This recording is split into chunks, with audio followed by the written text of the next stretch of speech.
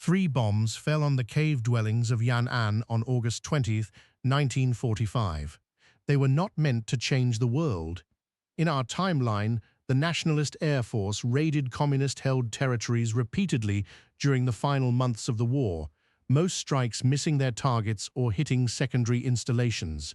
But in this alternate history, the bombs found the command compound where Mao Zedong, Zhou Enlai, and Zhu Dai were meeting to coordinate the Chinese Communist Party's strategy for the coming civil war. All three were killed instantly. This is where the history we know diverges.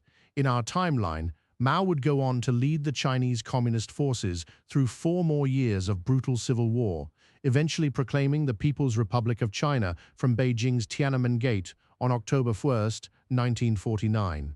His military genius, his political mastery, and his ability to hold together a fractious revolutionary movement proved irreplaceable.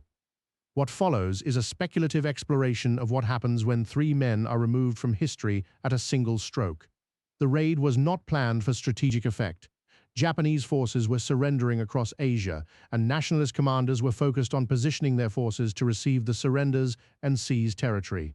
The planes were flying a routine harassment mission, not a calculated decapitation strike. But by the time the dust settled in Yan'an, the Chinese Communist Party had lost the 3 figures most responsible for transforming it from a regional insurgency into a movement capable of conquering a continent. Liu Shaoqi assumed nominal command within hours of the raid. A capable theoretician and party organizer, Liu had been one of the key figures in expanding communist underground networks across nationalist-controlled China. But he was not Mao.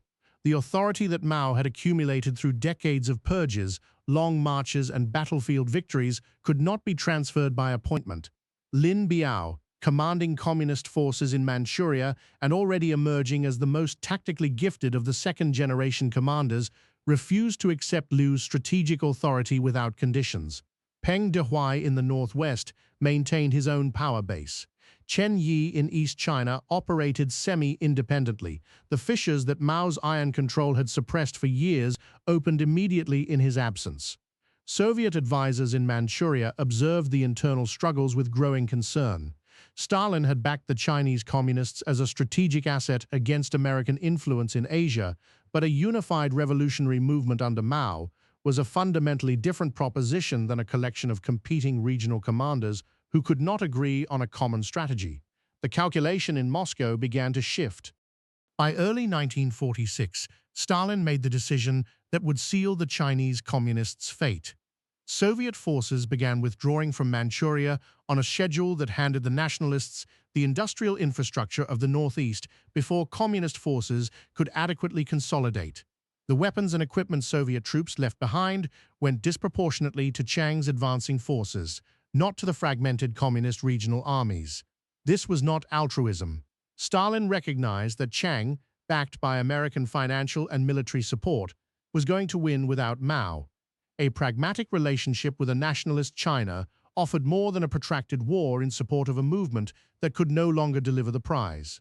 The Sino-Soviet treaty that Stalin signed with Chiang's government in August 1945 remained the foundation of Soviet policy. Soviet advisors stayed to protect Soviet interests, not to build Chinese communism. The Americans, watching Soviet withdrawal with cautious optimism, increased their own support for the nationalists. Marshall's mission to China still attempted to negotiate a political settlement, but without the military pressure that Mao's forces would have applied in our timeline, Chiang had less incentive to compromise. The civil war that followed was shorter and more brutal than the one we know. Chiang's armies swept north and east through 1946 and 1947, equipped with American weapons and advised by veterans of the Pacific campaigns. The communist regional armies, unable to coordinate their defense without a central strategic intelligence, fell back from position to position. Where Mao would have ordered tactical retreats to preserve forces for a long war of attrition, Liu and Lin argued over doctrine while their armies were defeated piecemeal. American advisors reported carefully optimistic dispatches back to Washington. The nationalist military was performing well on the battlefield. The political situation in nationalist-held territories remained corrupt and unstable, with hyperinflation devastating ordinary Chinese and Chiang's officers enriching themselves at the expense of the population they were supposed to govern. But on the maps, the red zones were shrinking. The critical difference from our timeline was the absence of the massive communist victories in Manchuria that had broken nationalist military power in 1948.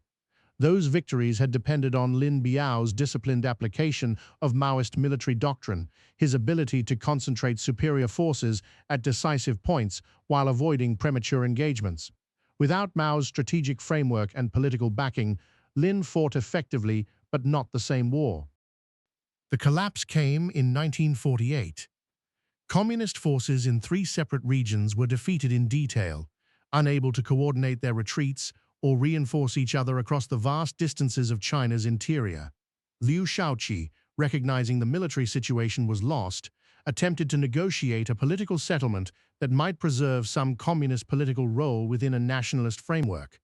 Chiang's government, scenting final victory, refused all terms that left any communist military force intact. The remnants fled. Some into the mountains of Yunnan and Sichuan, where they would wage a low-level insurgency for years without hope of victory. Some into Soviet-backed territory in Xinjiang. A small group, Lin Biao among them, escaped north and eventually crossed into the Soviet sphere.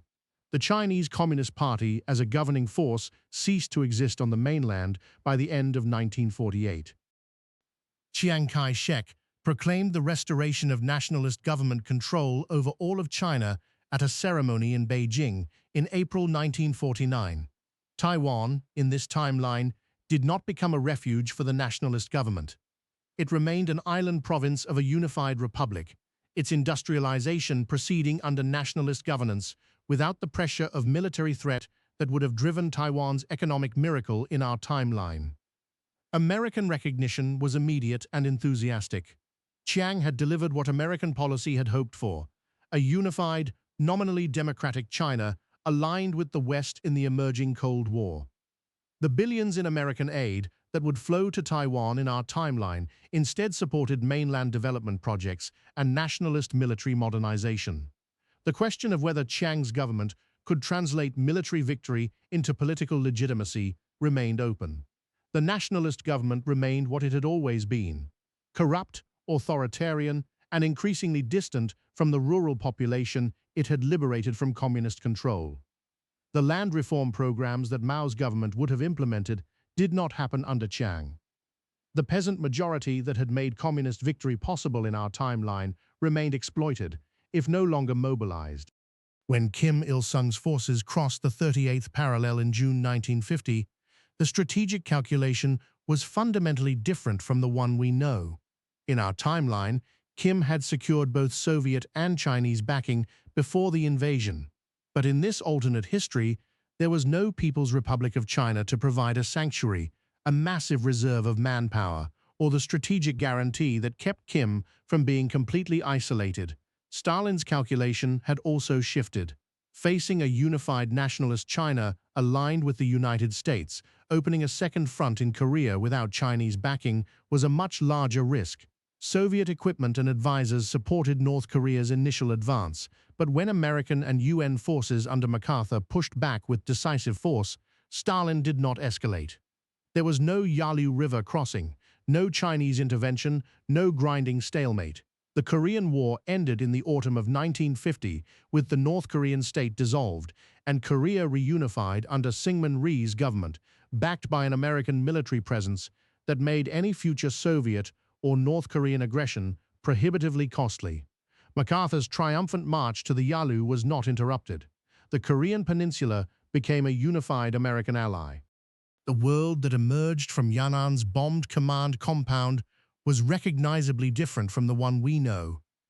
Vietnam's Ho Chi Minh, without Chinese communist support and supplies flowing across a friendly border, faced the French Expeditionary Corps from a position of fundamental weakness. The First Indochina War ended differently, not in French defeat at Dien Bien Phu, but in a negotiated partition that left French influence intact in the south. The domino theory that had driven American policy in Asia never quite became the ideological certainty it was in our world, because the first domino, China, had not fallen. Taiwan remained a provincial backwater, rather than an economic miracle. Japan's remilitarization proceeded more cautiously without the Chinese communist threat to justify it. The Cold War in Asia was colder, less immediately violent, and fought along different fault lines. Mao Zedong would have been 51 years old when the bombs fell on Yan'an. In our timeline, he would live another 31 years, reshaping China through revolution, famine, and cultural upheaval. In this alternate history, he died before any of it. And because one man died, the world's most populous country took a different road, and the reverberations of that difference are still being calculated. What do you think would have been the most significant consequence of Mao's death before the Civil War? Leave your thoughts in the comments.